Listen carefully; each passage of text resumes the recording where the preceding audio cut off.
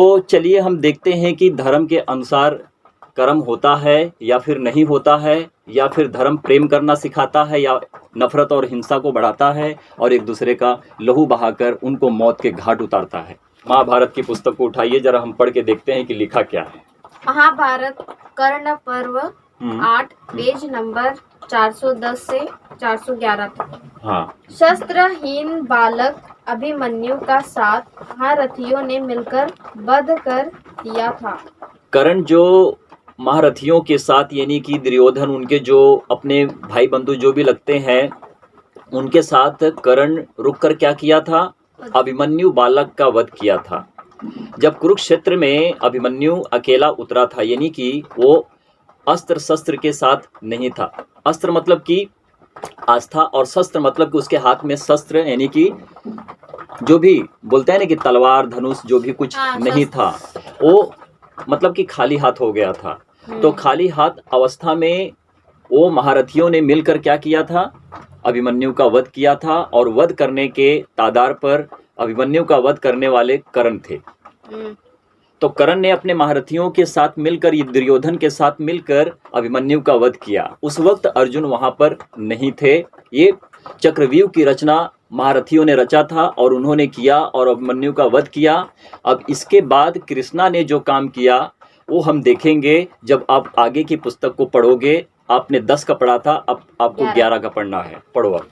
तब अर्जुन ने अंजलि नामक ब्रज के समान भयानक बाण से कर्ण का मस्तक भेद दिया। कर्ण का विशालकाय धड़ पृथ्वी पर गिरकर छटपटाने लगा तथा कटे हुए मस्तक से रक्त की सहस्त्र धारा बहने लगी। कर्ण के पृथ्वी पर गिरते ही पांडव सेना में परमानंद छा गया। हाँ, मतलब कि खुशी मच गई, मतलब कि खुशहाली आ गई। आगे पढ़िए। समस्त सैनिक व राजागण आनंदित आनंद से होकर झूमने लगे। आप सिंपल में वहाँ पे लिखा हुआ है, उस बात को पढ़ लो, ठीक है। तथा भांति भांति के बाजे बजाने लगे और सिंहनाद करने लगे। समस्त योद्धा वीरवर अर्जुन की प्रशंसा के गीत गाने लगे। अब हम यहाँ पर परमेश्वर के विश्वासी हैं, प्रभु के विश्वासी हैं, हम मसीहा चट्टान के विश्वासी हैं, हम यहोवा परमेश्वर के पीछे चलने वाले लोग हैं, हम चरवाहे हैं या फिर हम परमेश्वर के वचन को बताने वाले लोग हैं या सुनने वाले लोग हैं। तो प्रियो, हमें हर पुस्तकों में देखना पड़ता है, हर धर्म की पुस्तकों में झांक कर देखना पड़ता है कि वहाँ पर लिखा क्या है। यदि मैं बाइबल पढ़ रहा हूँ, परमेश्वर को जान रहा हूँ, यदि मैं दूसरे धर्मों की पुस्तकों से कुछ नहीं सीख रहा हूँ, कुछ नहीं जान रहा हूँ, कल को वो आएंगे आपको पागल बनाकर चले जाएंगे। इसी रीति से हमें सीखना जरूरी होता है कि हम क्या सीख रहे हैं। हम महाभारत की पुस्तक कर्ण पर्व 8 और 410 411 पेज नंबर को पढ़ रहे हैं और हमने यहाँ पर देखा है कि अभिमन्यु की कैसे मृत्यु हुई, कर्ण के द्वारा, दुर्योधन के द्वारा अभिमन्यु की कैसे मृत्यु हुई। अर्जुन के पुत्र अभिमन्यु थे। हमें जानना बहुत जरूरी है कि कौन सी पुस्तक में क्या लिखा हुआ है। तो प्रियो, जानने की कोशिश करें और जब पूरी वीडियो देखते हैं तो कृपया करके सही रीति से पूरी देखें। आपको अनुग्रह, सच्चाई, सामर्थ्य सब कुछ परमेश्वर दिखाएगा, देगा और आपको पता चलेगा कि किस धर्म में क्या लिखा हुआ है, क्या धर्म किसी का उद्धार कर सकता है या फिर परमेश्वर प्रभु यीशु मसीह के जरिए से हर कोई उद्धार पाएगा। आमीन। तो ठीक है, अब हमने यहाँ पर देखा कि अभिमन्यु की मृत्यु हो गई। अब फिर हम यहाँ पर देखते हैं कि कृष्णा ने कर्ण के साथ कैसी चाल चली। ठीक है, तो देखिए, अब यहाँ पर कर्ण जो है अर्जुन के साथ युद्ध कर रहे हैं।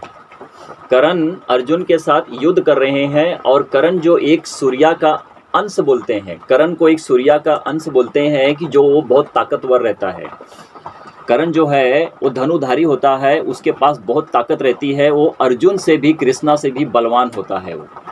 सुनो मेरी बात, मैं जो बोल रहा हूँ सही बोल रहा हूँ। अब कृष्णा को आदमी या मनुष्य या फिर व्यक्ति जानना चाहता है कि वो मनुष्य है या फिर परमेश्वर है।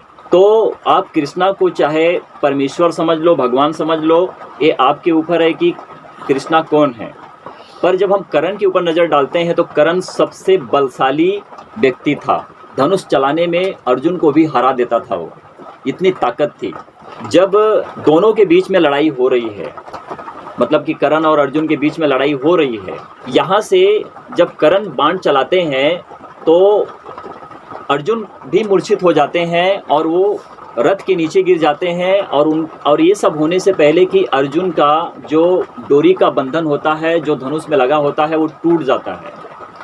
तो इसका मौका मिलकर कर्ण अर्जुन के ऊपर बाण चलाते हैं, लग जाता है, वो नीचे रथ के ऊपर बैठ जाते हैं।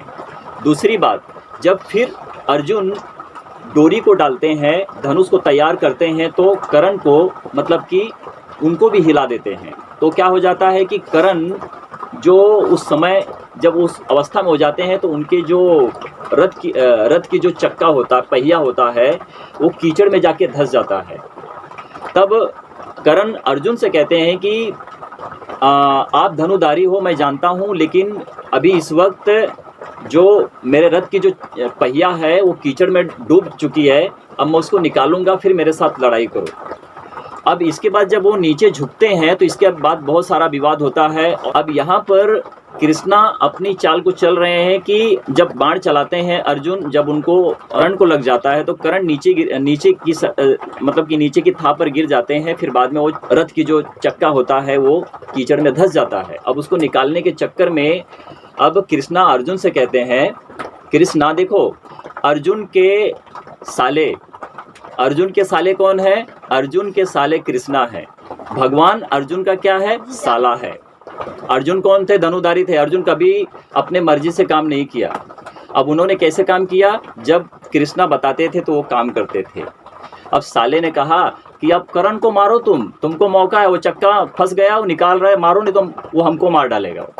अब कृष्णा कह रहे हैं अर्जुन से कि हे अर्जुन, यही समय है, यही मौका है, तुम मार दो उसको, तुम मार दो, जीत को हासिल करोगे। वो अगर चक्का निकाल कर खड़ा हुआ तो हम दोनों को मार देगा वो। तो यहाँ भगवान भी अपने जान के बचाव की परवाह कर रहे हैं और अर्जुन को भी सिखा रहे हैं कि अर्जुन मारो, जल्दी मारो, समय है, नहीं तो फिर समय निकला तो हमको ही मार डालेगा वो।